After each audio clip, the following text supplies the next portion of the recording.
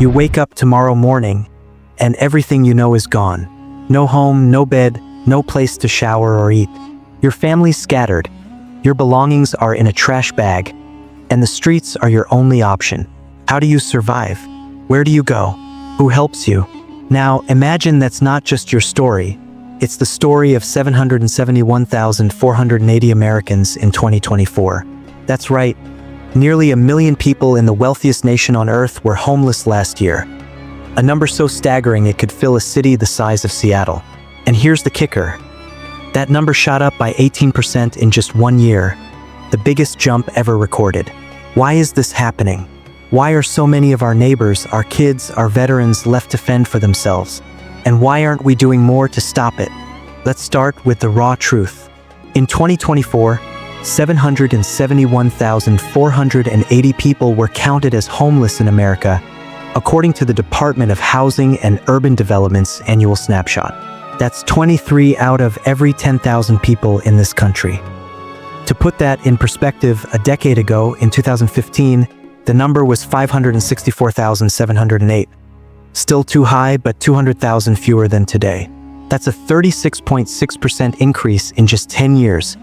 A relentless climb that's left more and more people behind.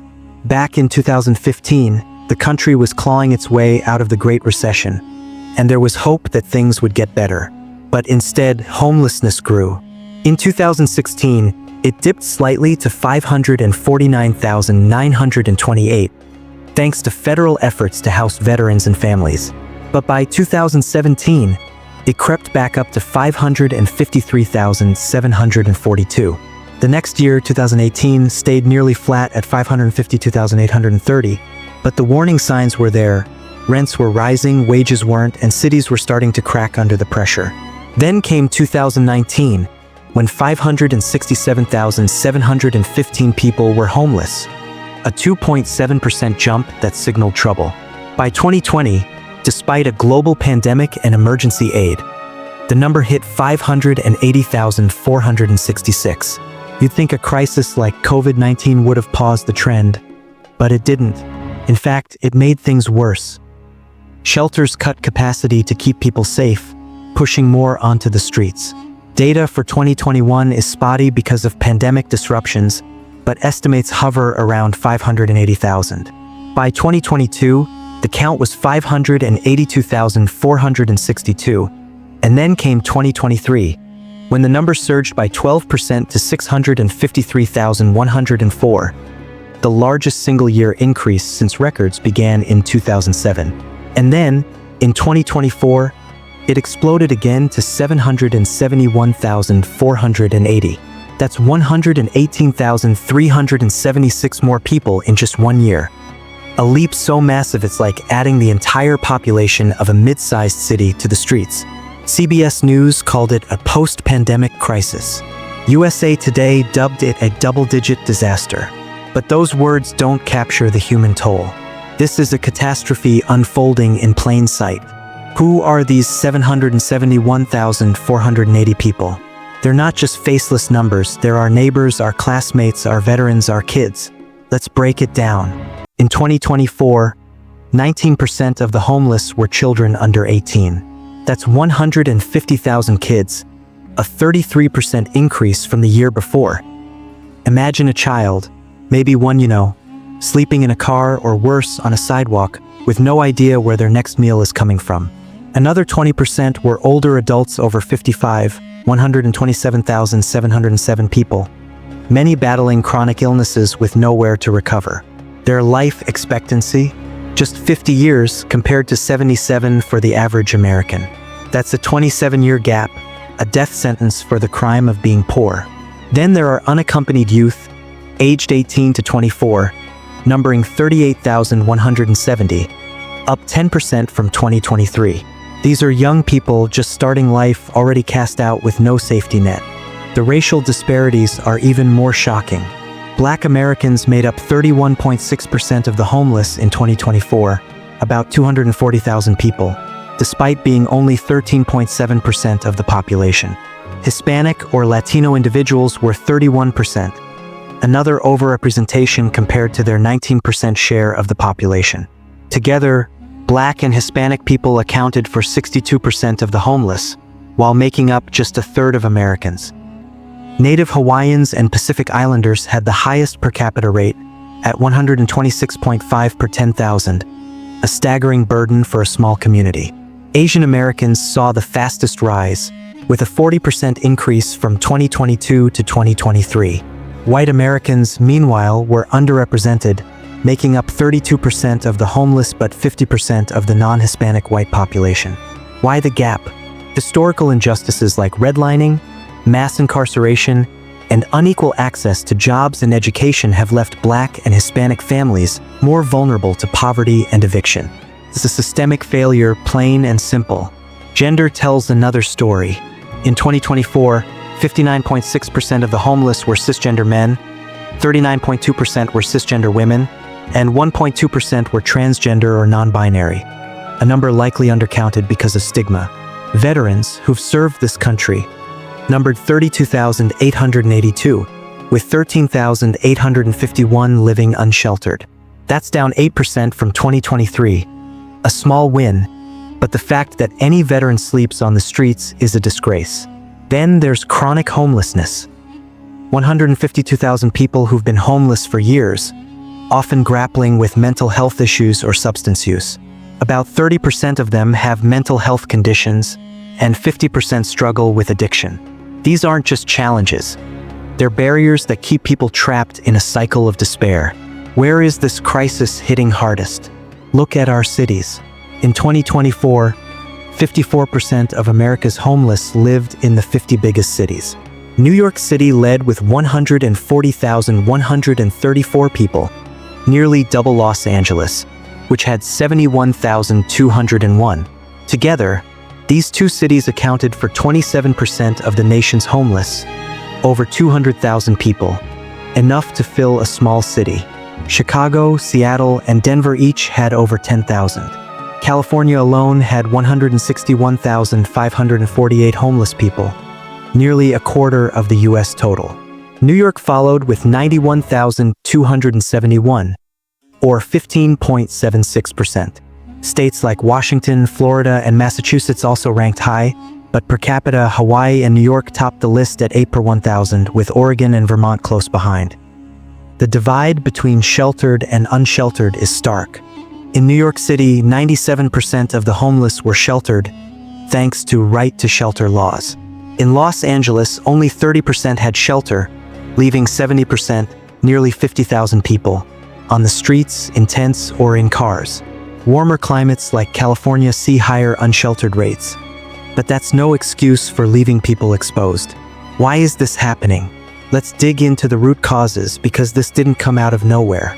First, there's the housing crisis. In 2023, the median rent in America hit $2,000 a month, a 30% jump from 2020. Half of renters are now cost-burdened, spending over 30% of their income on rent. There's a shortage of 3.8 million homes, meaning there just aren't enough places for people to live. The Harvard Gazette called it a vicious game of musical chairs, where the poor always lose. Then there's the economy. Inflation peaked at 9.1% in 2022, eating away at savings. Half of Americans live paycheck to paycheck, and 1% were below the poverty line in 2023. One crisis, a job loss, a medical bill, can tip someone over the edge. In fact, 12% of Americans faced food insecurity that year, a daily struggle to eat. The end of COVID-19 relief made things worse. Eviction moratoriums and stimulus checks, worth $817 billion, kept people afloat until 2021. When that aid dried up, evictions spiked by 12%. Emergency rental assistance ran out, leaving families vulnerable. NPR called it a triple whammy of expiring aid, inflation, and rent hikes. Then there's the migrant factor. In cities like Denver and Chicago, family homelessness doubled in 2024, partly due to new arrivals. HUD reported a 40% rise in family homelessness, with 57,000 families, 111,620 children affected. Mental health and substance use play a role too. Among the chronically homeless, 30% have mental health issues, and 50% struggle with addiction.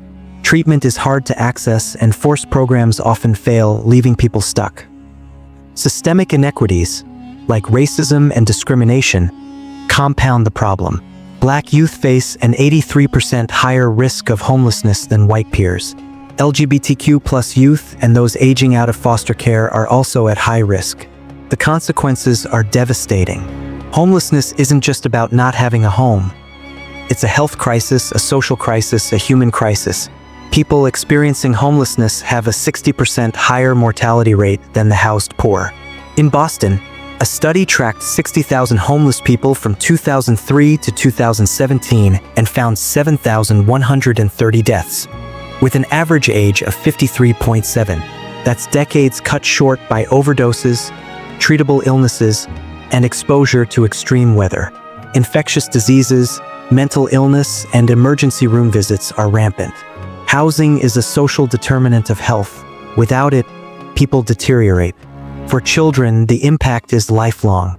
In 2024, 150,000 kids were homeless, up 33% from 2023. Another 10,548 lived unsheltered, 3,000 without guardians. Homelessness in childhood increases mental health risks, disrupts education, and steals futures. Crime is another layer. Homeless individuals are more likely to be victims of violence than perpetrators, yet cities spend billions criminalizing them. Camping bans, upheld by the Supreme Court in 2024, cost 3 times more than housing solutions. It's a perverse choice. Punish the poor instead of helping them. And the public's divided. Some see encampments as a safety issue. Others see the bans as cruel, stripping away what little people have. X posts in 2025 raged about a Trump executive order that slashed 92% of Housing First funding, calling it heartbreaking. Others argued it was tough love to clean up cities. But here's the question. Is locking people up or pushing them out of sight really a solution? Speaking of solutions, we know what works. Housing First programs, which give people homes without preconditions, have a 90% success rate. Veterans' homelessness dropped 50% since 2009 because of these efforts. Dallas cut its homeless population by 16% from 2022 to 2024 by overhauling its system. Chattanooga slashed it by 49% in a single year with local investments. But these programs are underfunded. Shelter capacity is still below pre-COVID levels, and federal dollars haven't kept up with the crisis. The media's been sounding the alarm. CBS News in 2024 called the 18% surge a record high. NPR in 2023 blamed the 12% jump on a triple whammy. USA Today described 653,104 homeless in 2023 as a double-digit disaster. The Harvard Gazette said it's a long game rooted in poverty and trauma. US News noted that 54% of the homeless live in major cities, with New York and LA leading the pack. The tone is urgent. The words are stark. Crisis, heartbreak, failure. But the data itself has limits, and that's another shock. The 771,480 figure comes from point-in-time counts, taken on a single night in January. They miss people couch surfing, staying in motels, or hiding from view. Kids and youth are especially undercounted. Some experts say the true number could top 1 million over a year, a hidden epidemic we're barely grasping. And yet, even the official numbers are damning enough. From 2015 to 2024, homelessness grew by 36.6%, with a 30% surge in the last 2 years alone. Children, seniors, Black and Hispanic families, veterans, all are suffering. New York and LA are drowning in the crisis. Rents are crushing, aid is gone, and policies often hurt more than they help. So, let's bring it back to the human level. Imagine a veteran, someone who risked their life for this country, now sleeping under a bridge. Picture a child, clutching a worn-out backpack, wondering if they'll eat tonight. Think of a senior, sick and frail, dying decades too soon because they couldn't afford a home. In 2024, 771,480 Americans lived this reality. 150,000 kids, 127,707 seniors, 32,882 veterans, 152,000 chronically homeless. Black and Hispanic families bore the brunt. Cities like New York and LA carried the weight, and the causes, rents, poverty, inequity, kept piling on. We know housing first works. We know criminalization doesn't. We know kids shouldn't sleep on sidewalks. So why are we failing? Here's the final question, and it's for all of us. How do we look at these numbers, 771,480 lives, 150,000 children, a 36.6% rise in a decade, and do nothing? Why do we accept a system where half of Americans are one paycheck from the streets? Why do we let politics and budgets stand in the way of solutions that save lives? This isn't just a crisis, it's a moral failing. Every night, nearly 1 million people are left out in the cold, and the clock is ticking. Demand change. Support housing first. Fight for affordable homes. Because no one, no child, no veteran, no senior should call the streets home. Let's end this now.